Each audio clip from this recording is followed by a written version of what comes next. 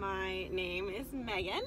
I am a type 1 diabetic and mom of a 5-month-old baby girl.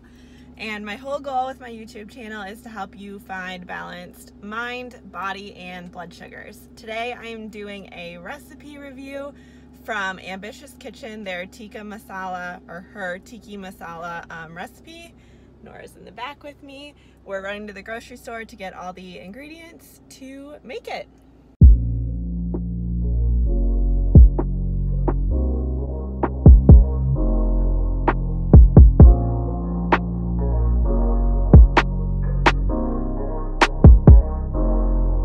A quick break for nap time, but now we're gonna get started on actually cooking. So I chopped up the onion and then I bought garlic minced. So everything is chopped up and ready to go. It's a crock pot recipe, so I have the crock pot out.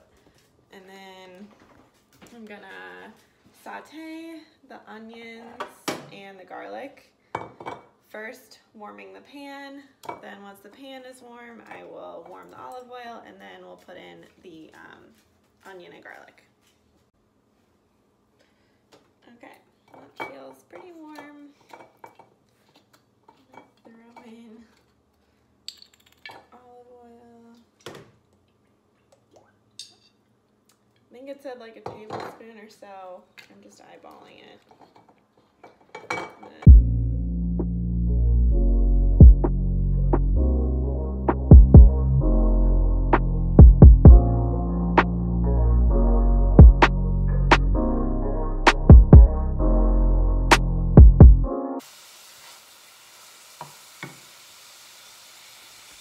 Okay, while that's cooking, I'm gonna get started on getting the crock pot ready.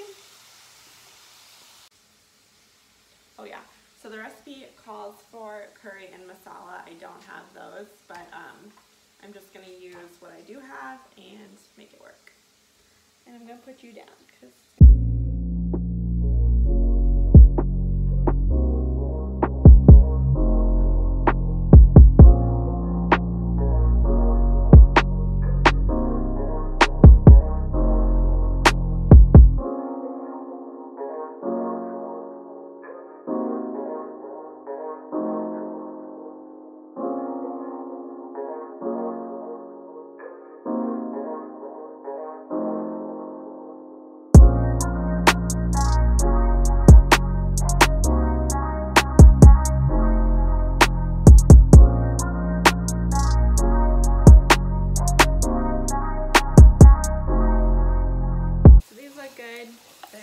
nice and translucent, and I can smell the garlic, so I'm just going to put these in the crock pot.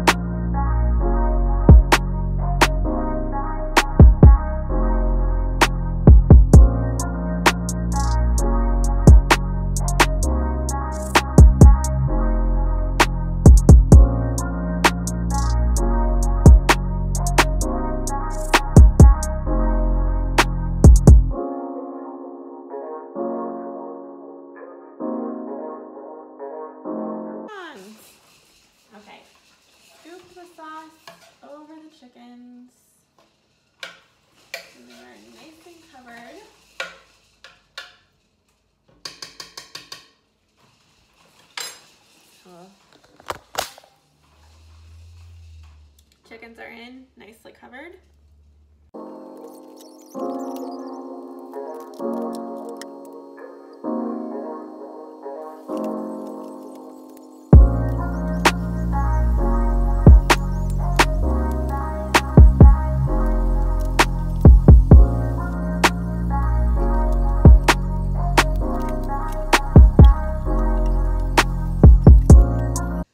Okay, the chicken has been in for about 3.5 hours. There's 3.5 hours left.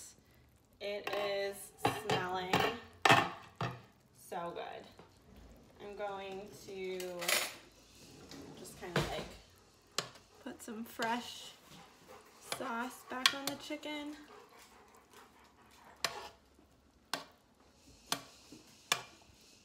But Nick walked upstairs and he was like, oh my gosh, it's smelling amazing in here. So usually when he says that, it's a good sign. So looking forward to dinner. So my chicken is almost done. It's been in the crock pot about 6 hours. So in 15 minutes, I'm gonna take it out on a plate and shred the chicken and then add it back to the crock pot with a cup of coconut milk. And then it says to like let boil for 15 to 20 minutes. So while that's happening, I will start the rice.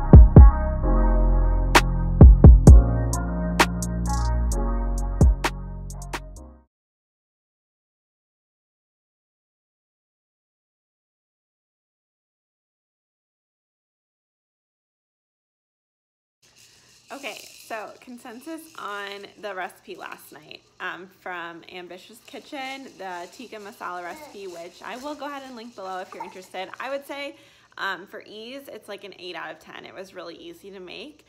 For taste, I would give it like a 7 out of 10. It tasted really good, but it wasn't super Indian-y, which I thought it was supposed to be. It just kind of tasted like tomato-y.